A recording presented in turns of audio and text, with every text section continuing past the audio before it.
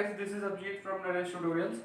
जैसा कि हमने पिछले लेक्चर में देखा था, हमने बेसिस के इंट्रोडक्शन की बात कर ली थी। आज से हमको टेकअप क्या करना था, उनके classification, preparation, physical properties and chemical properties. इसके साथ हम बेसिस को इस लेक्चर में खत्म करने की कोशिश करेंगे। तो आइए शुरू करते हैं किससे, इनके क्लासिफिकेशन से। तो इनका क्लासिफिकेशन जनरली दो टाइप में किया जाता है। पहला क्या है, स्ट्रेंथ के अकॉर्डिंग, दूसरा क्या है, एसिडिटी के अकॉर्डिंग। ठीक, तो पहले बात कर लेते हैं स्ट्रेंथ के अकॉर्डिंग। तो जैसे कि एसिड होते थे स्ट्रॉन्ग या वीक, वैसे ये भी क्या होते हैं, स्ट्रॉन्ग या वीक।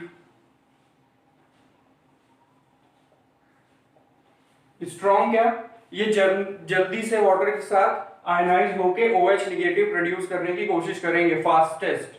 ठीक, तो ये क्या होते हैं, फास्टेस्ट रिएक्टेबल होते हैं वाटर के साथ और प्रोड्यूस करने के हाइड्रोक्सिल आयन को। ठीक, तो इसके एग्जांपल जैसे देख लेते हैं, सोडियम, पोटेशियम। ठीक है, तो इसके ये एग्जाम्पल हो जाएंगे अगर एग्जाम्पल आपसे पूछे जाते हैं। और वीक की बात कर लेते हैं। तो वीक में क्या होता है, वीक में ये वीक वाले में ये वाटर के साथ धीमे रिएक्ट करते हैं और हमको धीमे धीमे हाइड्रोक्सिल आयन मिलते हैं। ठीक, तो इसका एग्जांपल कौन सा हो जाएगा, आपका कैल्शियम हो जाएगा। ठीक, कैल्शियम हो जाएगा। अब इसके बाद एसिडिटी के अकॉर्डिंग हम बात कर लेते हैं। एसिडिटी के अकॉर्डिंग क्या बात हो जाएगी इसमें कि जैसा कि बेसिसिटी के बारे में बात करी थी, तो एसिडिटी के अकॉर्डिंग हम किसको क्लासिफाई करते हैं, बेसिस को, और बेसिसिटी के अकॉर्डिंग हम किसको क्लासिफाई करते हैं, एसिड्स को। तो ये क्या है, एक दूसरे के अपोजिट है। ठीक, एसिडिटी मतलब क्या कि एक मोल ऑफ सॉल्ट, एक मोल ऑफ बेस डिसॉल्व करने के बाद हमको कितने मॉलिक्यूल्स ऑफ हाइड्रोक्सिल आयन मिलते हैं, वो उस हिसाब से क्या होती है, उसकी एसिडिटी। ठीक, हाइड्रोक्सिल आयन हमको कितने मिल रहे हैं एक मोल बेस डिसॉल्व करने के बाद। तो इसमें भी क्या होता है, तीन होते हैं, मोनो एसिडिक, बाई एसिडिक, ठीक, और ट्राई एसिडिक। अब मोनो एसिडिक क्या होंगे आपके, मोनो एसिडिक में आपको एक हाइड्रोक्सिल आयन मिल रहा होगा 1 मोल ऑफ बेस डिसॉल्व करने के बाद। तो इसका एग्जांपल क्या होगा आपका, NaOH। ठीक, क्योंकि यहाँ पे केवल एक OH है, तो डिसॉल्व करेंगे तो आपको केवल एक OH मिलेगा। तो यहाँ पे क्या फोकस करना है, जैसे वहां पे हाइड्रोजन के नंबर पे फोकस कर रहे थे, यहाँ पे OH के नंबर पे फोकस करना रहेगा। ठीक, बाई एसिडिक, बाई एसिडिक क्या होगा, एक मोल ऑफ बेस डिसॉल्व करने के बाद आपको क्या मिलेगा, 2 मोल ऑफ या 2 हाइड्रोक्सिल आयन मिलेंगे। ठीक है, तो इसका एग्जांपल क्या हो जाएगा, CaOH। यहाँ पे हाइड्रोक्सिल आयन 2 हो गए, तो डिसॉल्व करेंगे तो आपको क्या मिलेगा, ये 2 स्टेप में होगा जनरली। ठीक, नाम के हिसाब से इनके स्टेप इंक्रीज होते जाते हैं। मोनो एक ही स्टेप में हो जाएगा, बाई 2 में होगा, ट्राई 3 में होगा। ठीक है, अब तीसरे की बात कर लेते हैं। तो इसमें क्या होगा, 1 मोल ऑफ बेस डिसॉल्व करने के बाद आपको 3 हाइड्रोक्सिल आयन मिलेंगे। इसका एग्जांपल, ठीक, अब आपको कंफ्यूजन होगी कि ये कैसे पता करें या नाम याद करना पड़ेगा। तो इसकी कोई जरूरत नहीं, आपको केवल वैलेंसी देखनी है किसकी, एलिमेंट की। ठीक, OH, अगर इसके बॉन्ड की बात कर ली जाए, ठीक, तो ऑक्सीजन का एक बॉन्ड हाइड्रोजन के साथ होगा, एक सोडियम के साथ, हाइड्रोक्सिल आयन होता है ये। ठीक, यानी OH को कितने इलेक्ट्रॉन की, एक इलेक्ट्रॉन की जरूरत पड़ेगी। ठीक है, तो फर्स्ट ग्रुप के साथ क्या होगा, केवल OH होगा फर्स्ट ग्रुप के एलिमेंट के साथ। सेकेंड ग्रुप के एलिमेंट के साथ क्या होगा, वो 2 इलेक्ट्रॉन लूज कर रहे होंगे, यानी वहां पे 2 OH आयन आ रहे होंगे। ठीक है, 2 OH आएंगे से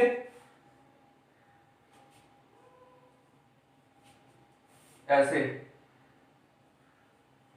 ठीक, यहाँ पे क्या हो रहा है, एक OH इस तरफ एक OH इस तरफ, क्यों, कैल्शियम 2 इलेक्ट्रॉन जनरली लूज करेगा तब उसकी क्या होगी, स्टेबिलिटी।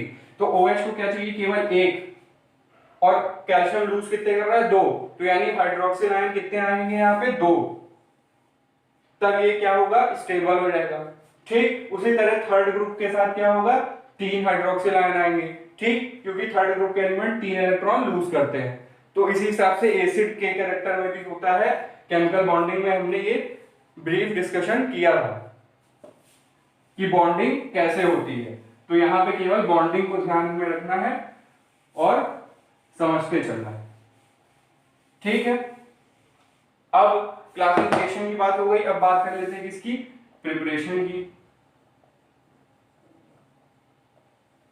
प्रिपरेशन, तो पहले हमने बात करी थी किसकी, बेसिक ऑक्साइड्स की। तो बेसिक ऑक्साइड्स में क्या था कि आप मेटल के साथ, मेटल की ऑक्साइड का नेचर क्या होता है, बेसिक। तो हमको यहाँ पे फॉर्मेशन किसका करना होगा स्टार्टिंग में, बेसिक ऑक्साइड का। ठीक है, बेसिक ऑक्साइड का आपको यहाँ पे प्रिपरेशन देखना होगा। तो बेसिक ऑक्साइड में हमको क्या करना है, फर्स्ट ग्रुप के एलिमेंट के साथ ऑक्सीजन की रिएक्शन करा देंगे, वो क्या फॉर्म करेगी, मेटालिक ऑक्साइड, जिसका नेचर क्या होता है, बेसिक। तो हमारा बेस प्रोड्यूस हो जाएगा। ठीक है, तो पहला है फ्रॉम मेटल,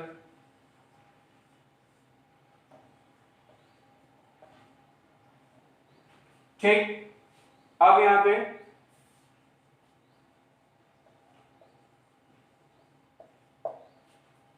बैलेंस करेंगे, तो सोडियम और ऑक्सीजन की रिएक्शन कराएंगे। ऑक्सीजन क्या होती है, मॉलिक्यूलर फॉर्म में। ठीक, तो इसका रिएक्शन जब कराएंगे तो सोडियम एक ही इलेक्ट्रॉन लूज करता है, लेकिन ऑक्सीजन को 2 इलेक्ट्रॉन की जरूरत होती है। ठीक है, तो यहाँ पे 2 ऑक्सीजन है, मतलब इसको 4 इलेक्ट्रॉन की जरूरत है, तो सोडियम के नंबर 4 हो जाएंगे। तो यहाँ पे क्या मिलेगा हमें, 2Na2O। ठीक, ये क्या है, मेटालिक ऑक्साइड, नेचर क्या है, बेसिक। तो हमारी फर्स्ट प्रिपरेशन क्या हो गई, बेसिक की कंप्लीट। अब सेकंड में देखते हैं।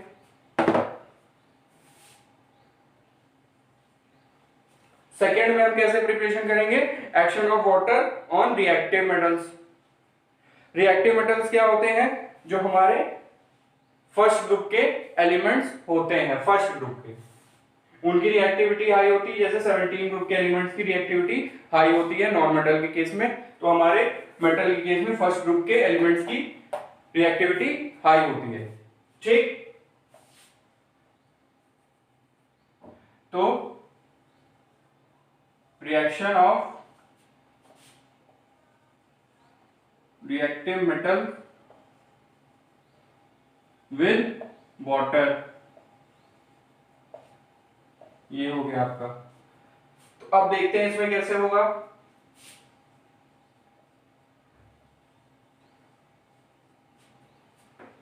तो यहां पे फॉर्म क्या होगी, हमारा बेसिक फॉर्म होगा, बेस। लेकिन जब वाटर होगा तो हाइड्रोजन की मात्रा यहाँ पे क्या होगी, ज्यादा होगी। तो यहाँ पे एक और चीज निकलेगी, क्या, हाइड्रोजन गैस। ठीक, तो बेस क्या हो गया यहाँ पे, NaOH प्लस H2। ठीक है, अब आपका यहाँ पे क्वेश्चन होगा कि सर सीधा ऑक्सीजन यहाँ पे लग जाता तो यहाँ पे क्या हो जाता, बेसिक नेचर हो जाता। ठीक, यहाँ पे मेटालिक ऑक्साइड बना देते तो हमारा आराम से काम हो जाता, लेकिन नहीं। जब डायरेक्ट रिएक्शन होता है मेटल का किससे, ऑक्सीजन से, तभी मेटालिक ऑक्साइड बनती है।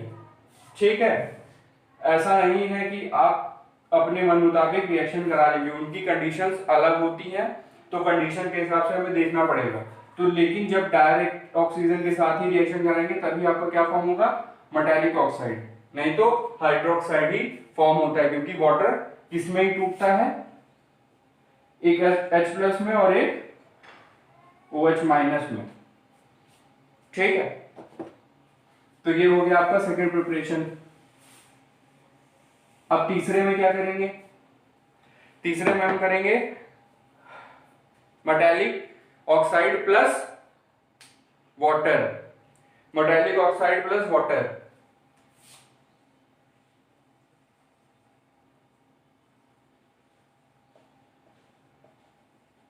Metallic oxide plus water.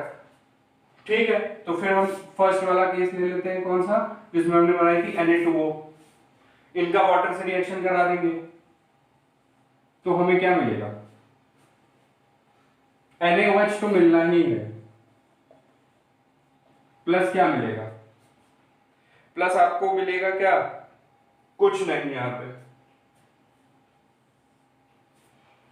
ठीक है, कुछ नहीं, क्यों नहीं, यहां पे क्या हो जाएगा, ऑक्सीजन यहां आ जाएगा, तो ये क्या हो जाएगा H2O2, इसको हम क्या लिख सकते हैं, OH का होल बेस। ठीक, और सोडियम यहाँ पे है ही है दो, तो NaOH, तो यहाँ पे क्या हो जाएगा 2NaOH। ठीक है, अब अगले पे चलते हैं बाय डबल डिकम्पोजिशन रिएक्शन पे।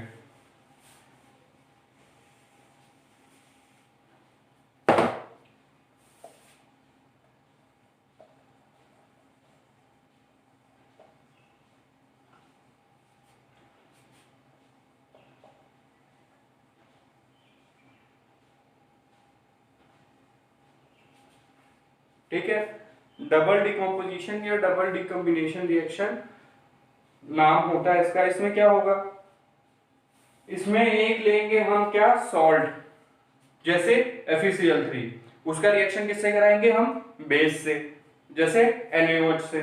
उसका रिएक्शन कराने के बाद हमें क्या मिलेगा, जिसकी हम सॉल्ट लेंगे उसका हमें क्या मिल जाएगा, उसका बेस, और दूसरे वाले की हमें क्या मिल जाएगी, सॉल्ट। ठीक है, तो देख लेते हैं यहाँ पे, FeCl3 प्लस क्या लिया था, NaOH, Cl इधर जाएगा, OH इधर आएगा। ठीक है, अब यहां पे देख सकते हैं ऑक्सीजन कितने इलेक्ट्रॉन लूज कर रहा है, 3, तो ये क्या हो जाएगा, Fe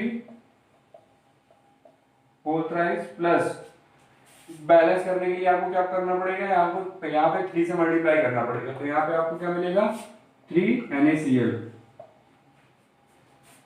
ठीक है, तो इस तरह आप क्या करेंगे, डबल डिकम्बिनेशन रिएक्शन यूज कर सकते हैं प्रिपरेशन में। अब लास्ट प्रिपरेशन देखते हैं क्या,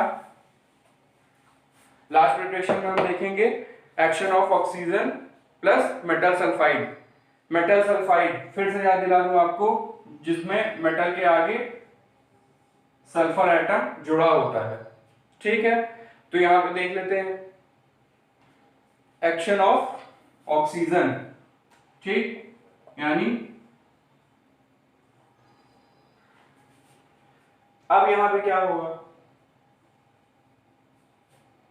ठीक, अब यहां पे दो चीज फॉर्म होगी, क्या क्या, पहले तो मेटल की ऑक्साइड, जिनका नेचर क्या होता है, बेसिक होता है, फिर सल्फर की ऑक्साइड, बस। ठीक है, तो ये हो गई आपकी प्रिपरेशन कंप्लीट। ठीक, तो ये 5 स्टेप्स हैं प्रिपरेशन के, जिसे आपको दिमाग में रखना है और याद करने की जरूरत नहीं है, इंटर रिलेटेड करके याद रख सकते हैं। जैसे फर्स्ट वाला यूज किस में हो रहा था, थर्ड में। ठीक है, फर्स्ट वाले से ही रिलेटेड था सेकंड, लेकिन थर्ड वाले में पूरा पूरा फर्स्ट वाले का प्रोडक्ट यूज हो रहा था। ठीक, ये 3 इंटर रिलेटेड हो गए। उसके बाद डिकम्बिनेशन लगा के भी तो हमने एसिड फॉर्म किया था, तो वैसे ही बेस में किया, लेकिन लास्ट वाले में उसमें कुछ और था, इसमें क्या है, सल्फाइड है, लेकिन इसको रिलेट कर सकते हैं किससे, एसिड की केमिकल प्रॉपर्टीज वाले में। ठीक, तो ये हो गया। अब कुछ प्रिपरेशन और होती है कुछ, ठीक है, जिसमें हम क्या करते हैं, बेस को बनाते हैं, जैसे डिकम्पोजिशन ऑफ सॉल्ट से बनाते हैं। ठीक है, ये अदर मेथड में आता है, बाय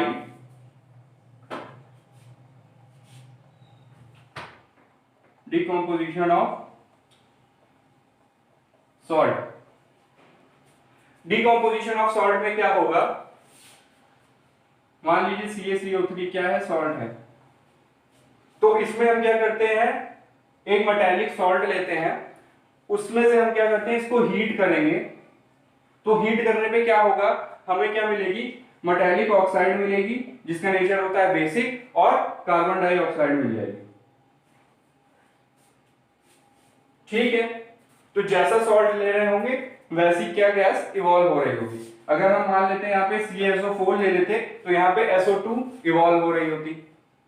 ठीक है, तो अकॉर्डिंग टू द सॉल्ट कि वो कार्बोनेट है कि सल्फेट है, उस हिसाब से आपकी क्या होगी, गैस इवॉल्व हो रही होगी।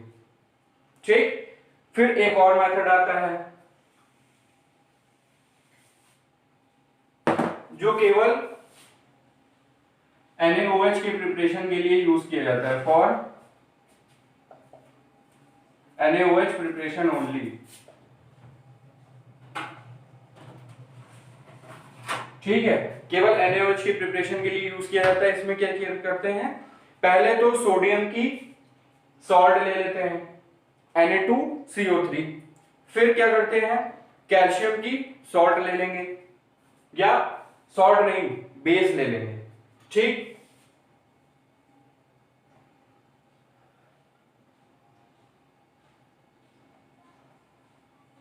ठीक है, सोडियम की सॉल्ट ले ली और कैल्शियम का बेस ले लिया। ठीक, तो यहां पे क्या होगा, पहले तो आपका सिंपल सा डबल डिस्प्लेसमेंट रिएक्शन होगी। यहां पे कैल्शियम का कार्बोनेट बन जाएगा, ठीक है, और सोडियम का बेस बन जाएगा।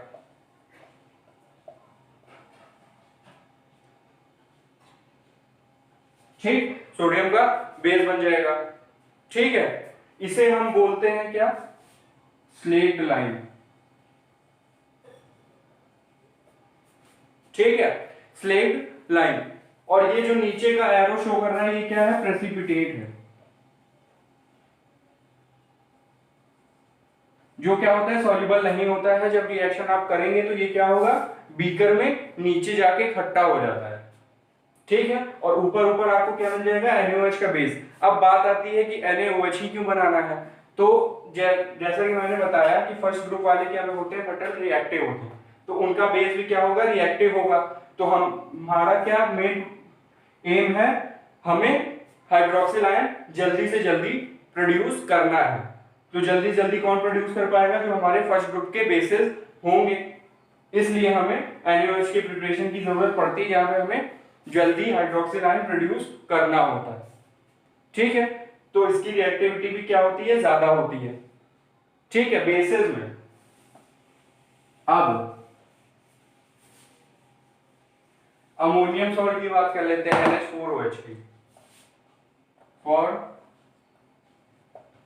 NH4OH preparation only.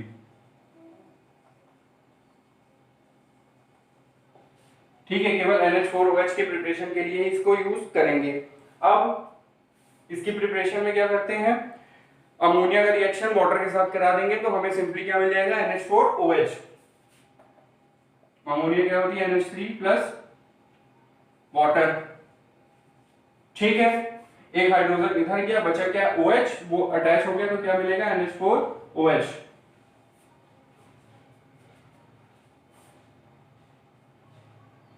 ठीक, NH4OH, लेकिन ये क्या है, वीक एल्कीली है, यानी इसकी सॉल्युबिलिटी अच्छी नहीं होती। ठीक है, तो यहां तक आपकी प्रिपरेशन की बात हो गई है कंप्लीट बेसिस में। अब फिजिकल प्रॉपर्टी की बात कर लेते हैं।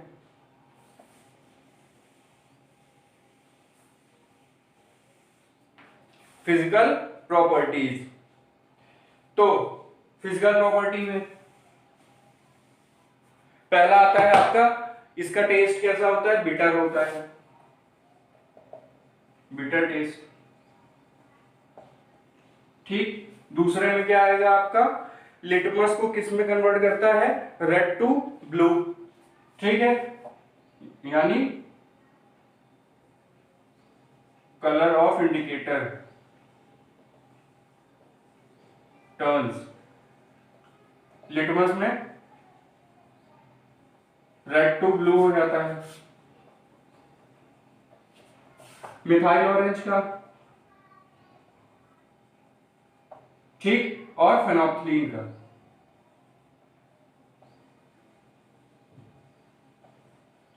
ठीक, तो मिथाइल ऑरेंज के केस में क्या होता है, ऑरेंज टू येलो हो जाता है।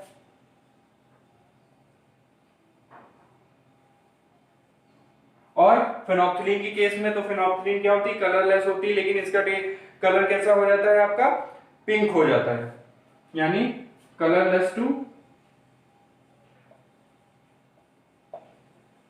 ये हो गया। अब इसका टेक्सचर कैसा होता है,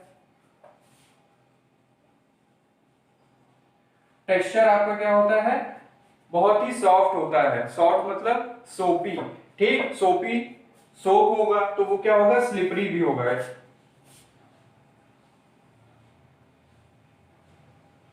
यानी बहुत ही चिकना होता है। ठीक है, फिर स्ट्रॉन्ग इलेक्ट्रोलाइट होता है। ठीक है, स्ट्रॉन्ग इलेक्ट्रोलाइट होता है क्योंकि निगेटिव चार्ज कैरी करता है। ठीक है, और क्या होता है, ज्यादा कोरोसिव भी नहीं होता है, माइल्ड कोरोसिव होता है। ठीक है, और ज्यादा इफेक्ट भी कॉज नहीं करता हमारी स्किन पे। ठीक है, तो ये आपकी हो गई फिजिकल प्रॉपर्टीज। अब केमिकल प्रॉपर्टीज के साथ हम इस बेस के टॉपिक को खत्म करते हैं। तो chemical properties,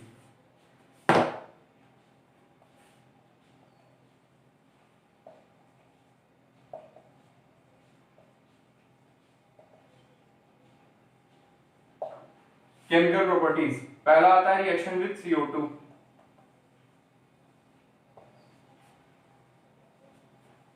reaction with CO2, जैसा कि हमने देखा था वहां पे प्रिपरेशन में कि मेटल की सॉल्ट के साथ जब हम रिएक्शन करा रहे थे, किसका,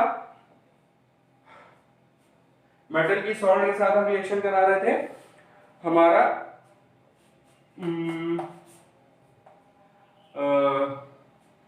मेटल की सॉल्ट के साथ हम रिएक्शन करा रहे थे बेस का, तो हमें वहां क्या मिल रहा था, एक्टिव बेस मिल रहा था। ठीक है, एक्टिव बेस मिल रहा था। तो यहाँ पे अगर रिएक्शन विद CO2 कराएंगे तो पहले तो हमें क्या मिलेगी, सॉल्ट मिलेगी, फिर क्या मिलेगा हमें, कार्बन डाइऑक्साइड इवॉल्व होते हुए मिलेगी। तो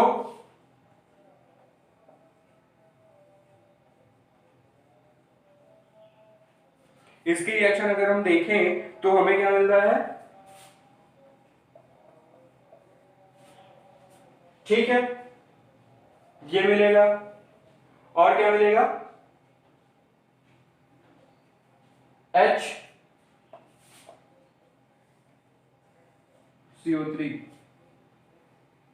ठीक, दूसरी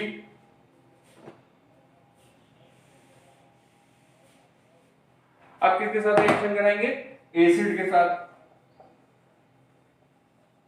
तो ये रिएक्शन हमने केमिकल प्रॉपर्टीज में देखी हुई है कि जब हम एसिड का रिएक्शन बेस के साथ कराते हैं तो हमें सॉल्ट वाटर मिलता है। तो उसी एग्जांपल को हम यहाँ पे भी फिट कर सकते हैं। तो हमने ले लिया NaOH प्लस HCl। ठीक है, तो यहाँ पे क्या फॉर्म होगा, NaCl जो कि एक सॉल्ट है और वाटर।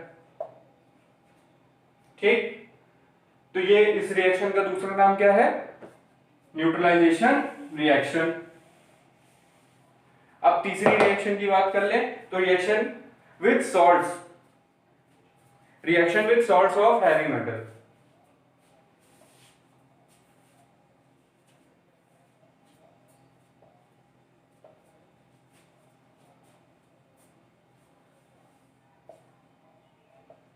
हैवी मेटल का क्या, हैवी मेटल क्या है, हैवी मेटल कुछ नहीं है, जब ग्रुप में हम डाउन द ग्रुप मूव करते हैं तो उसमें क्या होता है, साइज इंक्रीज होती है, साइज इंक्रीज होती है तो इलेक्ट्रॉन डेंसिटी बढ़ती है, इलेक्ट्रॉन डेंसिटी बढ़ेगी तो उसका क्या होगा, वेट इंक्रीज होगा। तो जैसे हम अप टू डाउन बढ़ेंगे तो उसका क्या होता है, वेट इंक्रीज होता है। तो उसमें से किसी एक की सॉल्ट हमें लेनी है। तो हम जैसे ले लें CuSO4, कॉपर की सॉल्ट, इसका रिएक्शन किससे करा दें,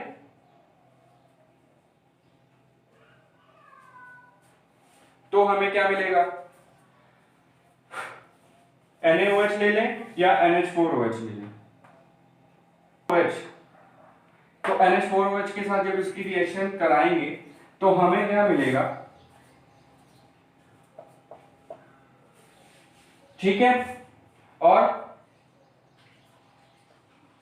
ये तो क्या है, बेस है, ठीक। और इसको हम क्या बोलते हैं, प्रेसिपिटेट, जो पेल ब्लू कलर होता है, ठीक है। तो ये हो गई आपकी किसकी reaction, salt with heavy metal. हमने NH4OH इसलिए लिया, NH4OH क्या है हमारा, वीक एल्कली है, ठीक है। वीक एल्कली की रिएक्शन जब हम कराएंगे किसके साथ, हैवी मेटल की सॉल्ट के साथ, तो ये भी क्या होगा, तेजी से रिएक्ट करने की कोशिश करेगा SO4 जो है, और अगर हम एक्टिव बेस ले लेंगे तो रिएक्शन सडन फास्ट हो जाएगी और एक्सप्लोजन भी हो सकता है एनर्जी की वजह से। इसलिए हमने क्या लिया यहाँ पे, वीक एल्कली लिया, ठीक है। अब लास्ट हम देख लेते हैं केमिकल प्रॉपर्टी, वो क्या है, रिएक्शन विद अमोनियम सॉल्ट।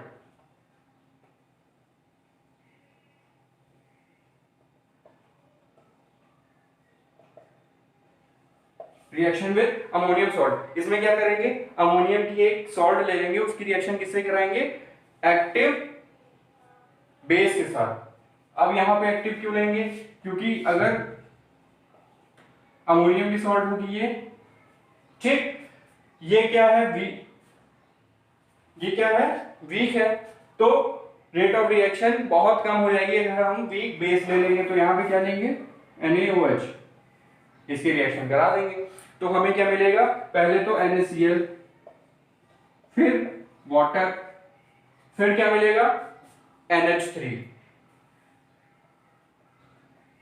ठीक है। तो ये हो गया आपका केमिकल प्रॉपर्टीज। तो इसके साथ आपका बेस होता है खत्म। अब कुछ बेसिस के यूज आपके टेबलेट फॉर्म में टेबल दी हुई है, ठीक है, तो उसको हमें देख लेना है, उसको याद कर लेना है, उसमें समझने वाली कोई बात है नहीं, और कोई दिक्कत हो तो वो आप कमेंट सेक्शन में पूछ सकते हैं। तो इसके साथ हम बेस के टॉपिक को करते हैं खत्म। अब नेक्स्ट टर्म में हम देखेंगे सॉल्ट, ठीक। तो अगले टर्म से हम शुरू करेंगे सॉल्ट। तो आज के लिए इतना ही, थैंक यू।